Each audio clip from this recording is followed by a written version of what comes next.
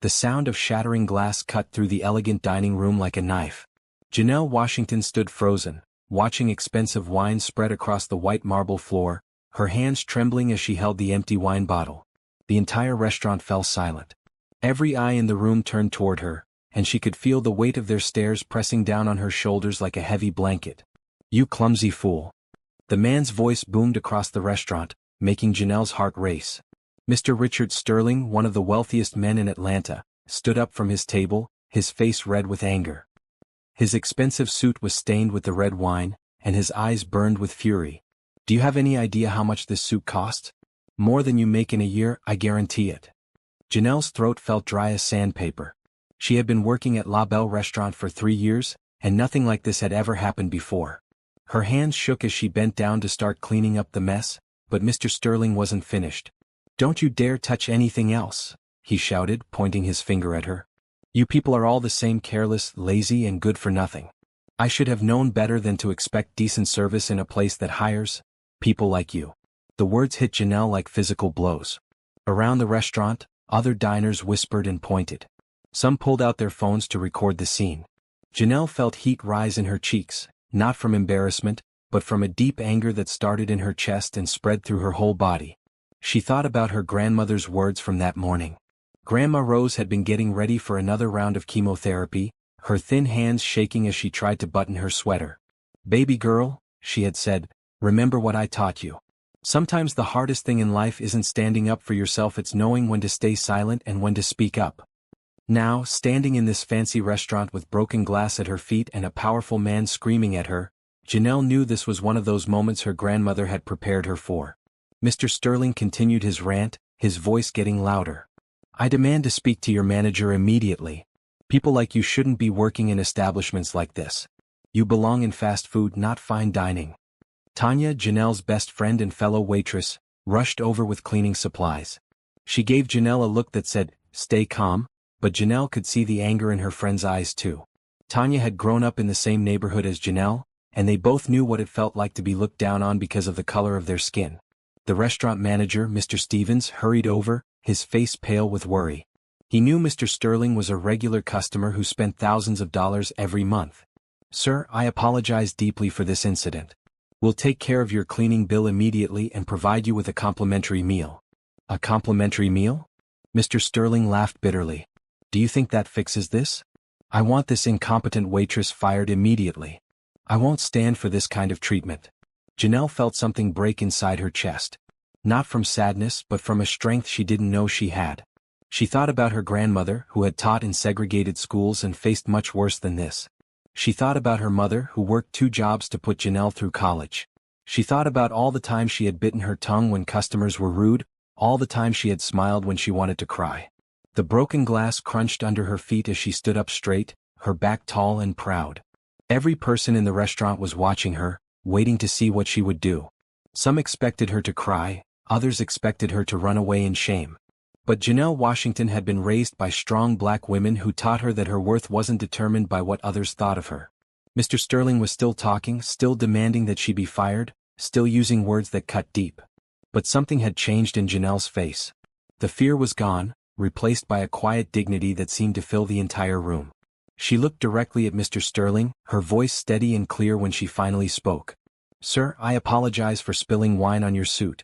But I won't apologize for who I am or where I come from."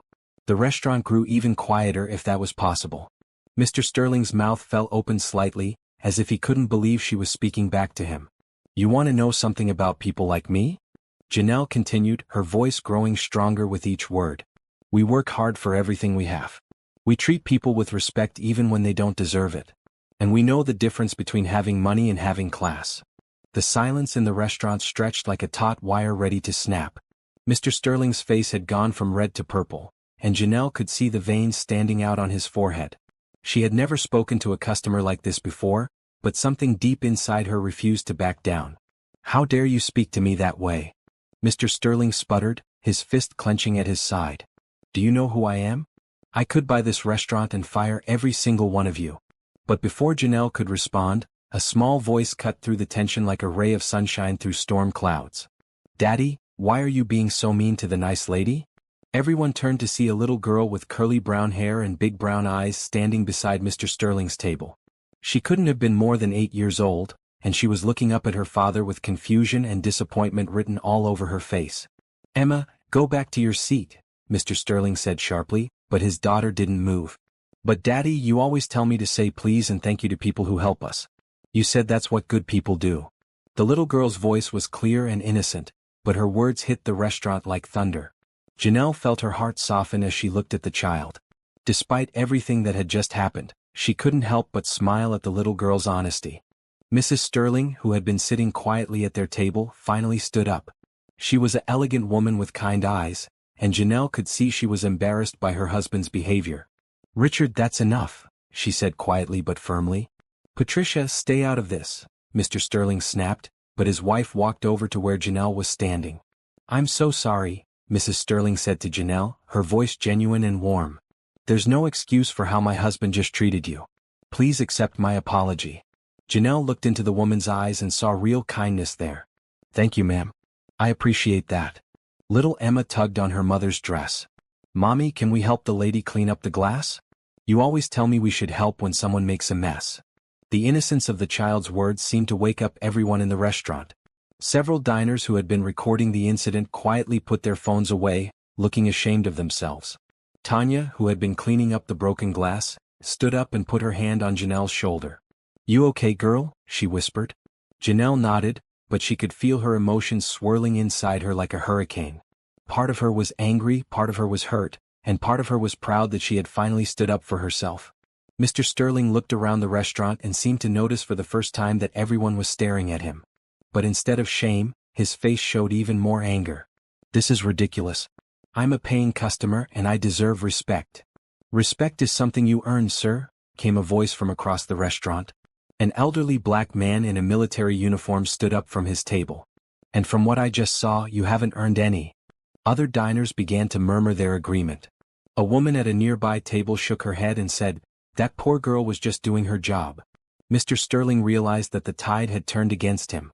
Instead of sympathy, he was facing a room full of people who were disappointed in his behavior.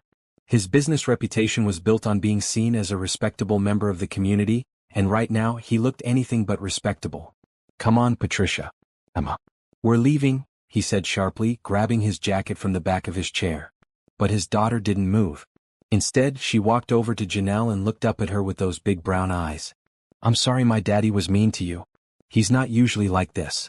Janelle knelt down to the little girl's level, her heart melting despite everything that had just happened. "It's okay, sweetheart. Sometimes grown-ups have bad days and forget their manners."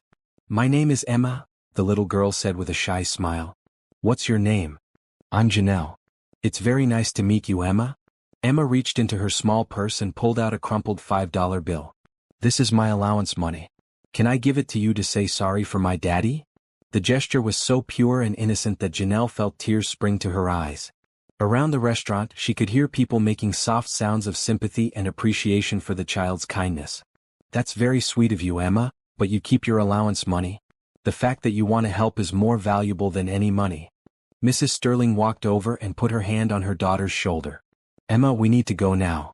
As they walked toward the exit, Mr. Sterling storming ahead of them, little Emma turned back and waved at Janelle. "Bye, Miss Janelle. I hope I see you again."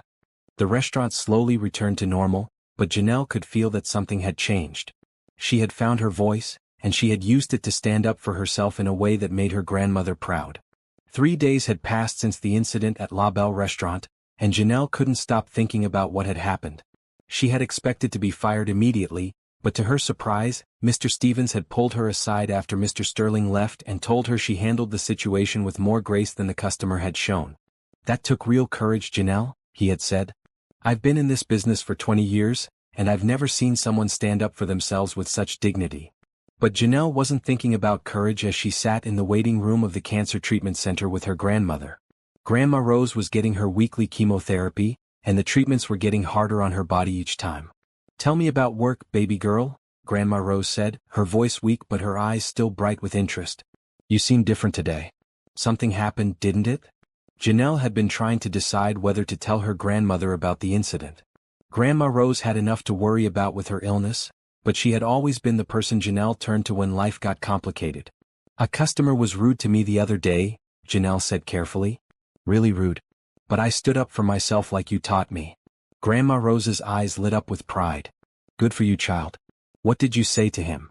Janelle told her grandmother the whole story, watching as the older woman's face went through a range of emotions: anger at Mr. Sterling's behavior, pride at Janelle's response, and tenderness at little Emma's kindness. "That little girl sounds like she has a good heart," Grandma Rose said when Janelle finished. "Sometimes children see things clearer than adults do." "I keep thinking about her," Janelle admitted. "She was so innocent and kind even though her father was acting terrible." "Children learn what they live," Grandma Rose said wisely.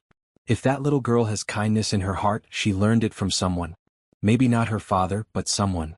Later that evening, Janelle was at home in her small apartment when her phone rang. She didn't recognize the number, but something made her answer it. "Hello, is this Janelle Washington?" The voice was soft and feminine, and it sounded familiar. "Yes, this is she. This is Patricia Sterling. We met at the restaurant the other day when there was an incident." Janelle's heart started beating faster. Why would Mr. Sterling's wife be calling her? "I hope you don't mind that I got your number from the restaurant," Mrs. Sterling continued. "I told them I wanted to personally apologize for my husband's behavior." "You don't need to apologize, Mrs. Sterling. You weren't the one who was rude. Please call me Patricia. And yes, I do need to apologize. Richard is my husband and Emma is our daughter. What happened that day was wrong, and I'm ashamed that my daughter had to see her father act that way." Janelle could hear genuine regret in the woman's voice, and it touched her heart. "Your daughter is a wonderful little girl. She has such a kind heart." "She does," Patricia agreed, and Janelle could hear the smile in her voice. "She hasn't stopped talking about you since that day. She keeps asking when she can see Miss Janelle again." There was a pause, and then Patricia continued. "I have a confession to make. Emma isn't the only one who's been thinking about you. What you said that day about the difference between having money and having class, it really affected me." Janelle wasn't sure what to say to that. "I've been married to Richard for 12 years, Patricia went on. "He wasn't always like this. Success changed him, made him think he was better than other people. But seeing him through your eyes that day and through Emma's eyes, it made me realize how much he's changed." "I'm sorry if I caused problems in your family," Janelle said, though she wasn't really sorry for standing up for herself. "You didn't cause anything," Patricia said firmly. "You just held up a mirror and we didn't like what we saw reflected back." The conversation continued for another 20 minutes, and Janelle found herself genuinely liking Mrs. Sterling.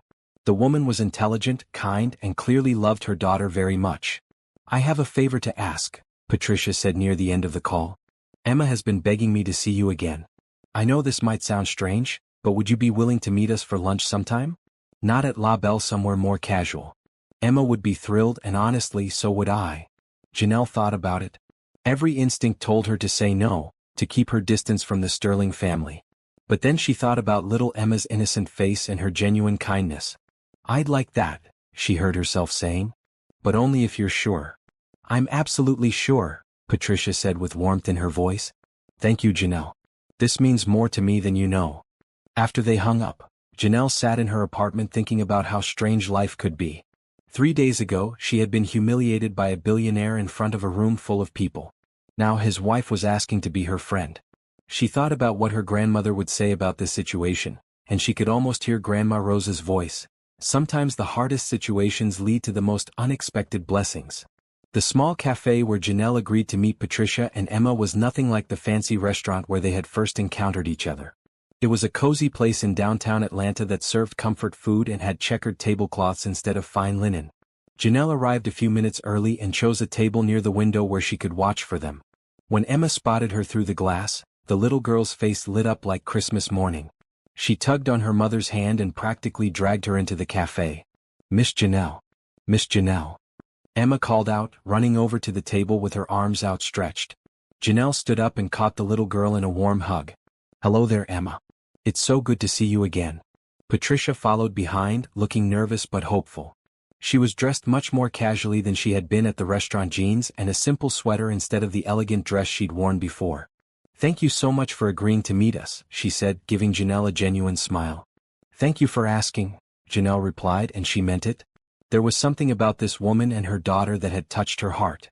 Emma chattered excitedly as they ordered their food, asking Janelle dozens of questions about her job, her favorite color, and whether she liked puppies. Her enthusiasm was infectious, and Janelle found herself laughing more than she had in weeks. "Emma, let Miss Janelle eat her sandwich," Patricia said gently when her daughter paused for breath. "It's okay," Janelle said with a smile. "I love her energy. She reminds me of myself when I was her age, always asking questions and never sitting still." "Tell me about when you were little," Emma said, leaning forward with interest. Janelle thought for a moment. "Well, I lived with my grandmother because my mama worked 2 jobs to take care of us. Grandma Rose used to tell me stories about when she was a teacher, and she taught me that learning was the most important thing in the world. My mommy teaches me things too," Emma said proudly. "She's teaching me to speak Spanish and to play piano." Patricia blushed slightly. "I studied music in college before Emma was born. I don't perform anymore, but I still love to play." "What made you stop performing?" Janelle asked gently. Patricia's expression grew thoughtful. "Life, I guess. Marriage, having Emma, trying to be the perfect wife for a successful man. Somewhere along the way, I forgot about the things that made me happy." There was something in Patricia's voice that made Janelle look at her more closely. Behind the expensive clothes and perfect makeup, she could see sadness in the woman's eyes. "Do you still have your piano?" Janelle asked. "Oh yes," Emma answered for her mother. "It's in our music room, but Mommy doesn't play it very much anymore. Daddy says it's too loud when he's working." Patricia looked embarrassed. "Richard works from home a lot, and he needs quiet for his business calls." Janelle nodded, but she was beginning to understand more about the Sterling family dynamics. It seemed like Mr. Sterling controlled more than just his business empire.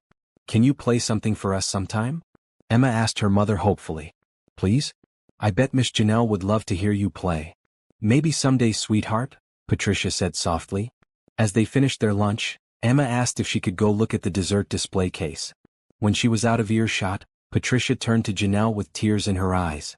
"I owe you an apology that goes deeper than what happened at the restaurant," she said quietly.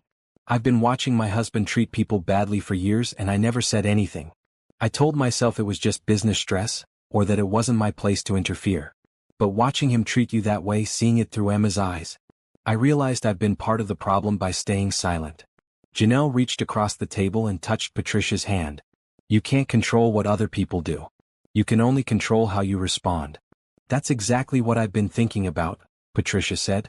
"Emma's been asking me why her daddy was so mean to you, and I didn't know what to tell her. How do you explain to an 8-year-old that sometimes people with power think that gives them the right to be cruel?" "You tell her the truth," Janelle said simply. "Age appropriately, but the truth.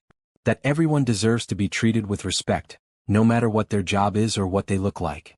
That having money doesn't make you better than anyone else." Patricia nodded, wiping her eyes with her napkin. "Emma's been asking if she can see you again. She talks about you constantly, how brave you were, how kind you were to her even after her father was horrible to you." "I'd love to see her again too," Janelle said honestly. "She's a special little girl." Would you consider being her friend?" Patricia asked hesitantly. "I know it's a lot to ask given everything that's happened. But Emma needs positive role models in her life, people who can show her what real strength looks like." Janelle thought about her grandmother, who had always taught her that sometimes the most unexpected friendships could change your life. Looking at Emma, who was now pressing her nose against the dessert case and giggling at something she saw, Janelle felt her heart open in a way it hadn't for a long time. "I'd be honored to be her friend," she said. When Emma came back to the table, bouncing with excitement about the chocolate cake she'd seen, Patricia told her the good news. "Really?" Emma squealed. "Miss Janelle is going to be my friend?" "If you want me to be," Janelle said with a warm smile. Emma threw her arms around Janelle's neck and hugged her tight. "This is the best day ever." As they prepared to leave the cafe, Patricia slipped Janelle a piece of paper with her personal phone number on it. "Thank you," she whispered. "You have no idea how much this means to both of us." Walking to her car, Janelle felt lighter than she had in days. She thought about calling her grandmother to tell her about this unexpected development, but then she decided to wait. She wanted to see where this new friendship would lead before she got Grandma Rose's hopes up. But deep in her heart, she had a feeling that meeting the Sterling women was going to change her life in ways she couldn't even imagine yet. 2 months had passed since that first lunch at the cafe, and Janelle's life had changed in ways she never could have expected. She and Emma had become genuine friends, meeting once a week for adventures around Atlanta, the zoo, the aquarium, children's museums, and parks. Patricia usually came along, and gradually, the three of them had formed an unlikely but beautiful friendship. Janelle had also learned more about the Sterling family situation. Mr. Sterling traveled frequently for business, and when he was home he was usually locked in his office making deals and shouting at people over the phone. Patricia and Emma had become used to tiptoeing around the house, trying not to disturb him. "Sometimes I feel like I'm living with a stranger," Patricia had confided to Janelle during one of their coffee dates while Emma played at the nearby playground. "The man I married was ambitious, but he was also kind. Success has changed him into someone I barely recognize. Today was different though." Today, Emma had asked if she could visit Janelle's grandmother. Grandma Rose's health had taken a turn for the worse, and she was spending more time in the hospital than at home. Janelle had told Emma stories about her wise and loving grandmother, and the little girl had been begging to meet her. "Are you sure it's okay?" Patricia asked as they walked through the hospital corridors toward Grandma Rose's room. "I don't want to impose during such a difficult time." Grandma Rose specifically asked to meet Emma, Janelle assured her. "She says she wants to meet the little girl who has such a big heart." When they entered the room, Grandma Rose was sitting up in bed, her thin frame propped up by pillows. Despite her illness, her eyes were bright and alert, and she smiled warmly when she saw them. "This must be Miss Emma," Grandma Rose said, extending her hand to the little girl. "I've heard so many wonderful things about you." Emma walked over to the bed without any fear or hesitation. "Are you really Janelle's grandma? She says you're the smartest person she knows." Grandma Rose chuckled, a sound that warmed Janelle's heart. "Well, I don't know about smartest, but I've been around long enough to learn a few things. And you must be Mrs. Sterling." Patricia stepped forward and took Grandma Rose's hand gently. "Please call me Patricia. And thank you for letting us visit. Janelle talks about you all the time." "She's told me about both of you too," Grandma Rose said, her eyes twinkling. "Emma, come sit here beside me. I want to hear about your adventures with my granddaughter." For the next hour, Emma chattered away to Grandma Rose about their trips to the zoo, their visits to the park, and the books they had been reading together. Patricia and Janelle sat in chairs nearby, watching the sweet interaction between the elderly woman and the young girl. "Mrs. Rose," Emma said suddenly, "Janelle told me you used to be a teacher. Did you teach children like me?" "I taught all kinds of children," Grandma Rose replied. "Rich children, poor children, children of all different colors. You know what I learned in all my years of teaching?" "What?" Emma asked, leaning in closer. "Every child has something special inside them. The most important thing any grown-up can do is help children find that special thing and help it grow." Emma nodded solemnly as if she understood the deep wisdom in those words. "What's my special thing?" she asked. Grandma Rose looked at her thoughtfully. "From what Janelle has told me, I think your special thing is your ability to see the good in people and bring out the best in them. That's a very rare gift." Just then the door to the hospital room burst open, and Mr. Sterling strode in, his face dark with anger. He had obviously been searching for his wife and daughter and was not happy to find them here. "Patricia, what are you doing here? I've been looking everywhere for you and Emma." The peaceful atmosphere in the room changed instantly. Emma shrank back against Grandma Rose, and Patricia stood up quickly, her face pale. "Richard, I told you we were visiting Janelle's grandmother," Patricia said quietly. Mr. Sterling's eyes swept the room, taking in Janelle, her grandmother, and his own family. "This is ridiculous, Patricia. Emma shouldn't be in a place like this, around these people." The words hung in the air like poison. Janelle felt her anger rising, but before she could speak, Grandma Rose's voice cut through the tension. "Mr. Sterling," she said, her voice soft but filled with authority, "I'd like you to meet your daughter." Mr. Sterling looked confused. "What are you talking about? I know my daughter." "Do you?" Grandma Rose asked gently. "Emma, tell your father what you've learned about friendship in the past 2 months." Emma looked up at her father with those big brown eyes, no longer shrinking in fear but standing tall with newfound confidence. "Daddy, I learned that friendship isn't about what color someone's skin is or how much money they have. It's about how they treat you and how they make you feel. Miss Janelle makes me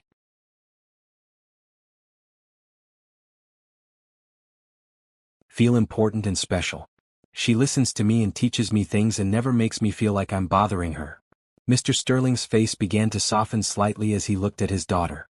"And Mrs. Rose taught me that everyone has something special inside them," Emma continued. "She said my special thing is that I can see the good in people. But Daddy, sometimes I have trouble seeing the good in you." The words hit Mr. Sterling like a physical blow. He staggered backward slightly, his face going pale. "Emma?" he started to say, but his daughter wasn't finished. I love you, Daddy, but I don't like the way you talk to people sometimes. You were mean to Miss Janelle and you're being mean right now. That's not who I want to be when I grow up. The room fell completely silent. Mr. Sterling looked around at the faces staring at him, his wife's disappointed expression, his daughter's innocent honesty, Janelle's quiet dignity, and the elderly woman in the hospital bed who had somehow managed to show him a mirror he didn't want to look into. For the first time in years, Richard Sterling saw himself clearly. Not as the successful businessman he thought he was, but as the man his own daughter was ashamed of. He sank into the empty chair by the window, his head in his hands. What have I become? He whispered. Grandma Rose looked at him with compassion. You've become someone who forgot what really matters. But it's not too late to remember. Patricia walked over to her husband and put her hand on his shoulder. Richard, it doesn't have to be this way. You can change. Emma climbed down from the hospital bed and walked over to her father. She put her small hand on his knee and looked up at him with love in her eyes. Daddy, will you try to be nicer to people? For me. Mr. Sterling looked down at his daughter and for the first time in months, his eyes filled with tears. Yes, baby girl. I promise I'll try. He looked up at Janelle and she could see genuine remorse in his expression. Miss Washington, I owe you an apology. Not just for what happened at the restaurant but for the person I've become. You showed more class in one moment than I've shown in years. Janelle nodded, accepting his apology with grace. We all make mistakes, Mr. Sterling. What matters is what we do next. Grandma Rose smiled from her hospital bed, watching as this unlikely group of people began to heal old wounds and build new bridges. She had seen a lot in her 72 years, but watching a billionaire's heart change because of his daughter's honesty and a waitress's dignity was something special indeed. You know, she said to the room, I think this is the beginning of a beautiful friendship for all of you. And she was right. Over the months that followed, the Sterling family underwent a complete transformation. Mr. Sterling began treating his employees with respect, started spending real time with his daughter, and even began funding scholarships for underprivileged students, including one in Grandma Rose's name after she passed away peacefully in her sleep. Patricia returned to playing piano and started giving free lessons to children in the community. Emma grew up understanding that true wealth comes from the relationships you build and the kindness you show to others. And Janelle? She eventually opened her own restaurant with help from an investor who believed in treating people with dignity. Mr. Sterling had recommended her to several of his business contacts, calling her one of the finest people I've ever had the privilege to know. The restaurant was called Rose's Kitchen in honor of Grandma Rose, and it became known throughout Atlanta not just for its excellent food, but for the way it treated every customer from billionaires to bus drivers with equal respect and kindness. Sometimes the most powerful moments in life come from the simplest acts of courage. Janelle's decision to stand up for herself that day in the restaurant had changed not just her own life, but the lives of an entire family. And it all started with one sentence that shocked everyone, including herself. As Grandma Rose had always said, sometimes the hardest situations lead to the most unexpected blessings. And she had been absolutely right.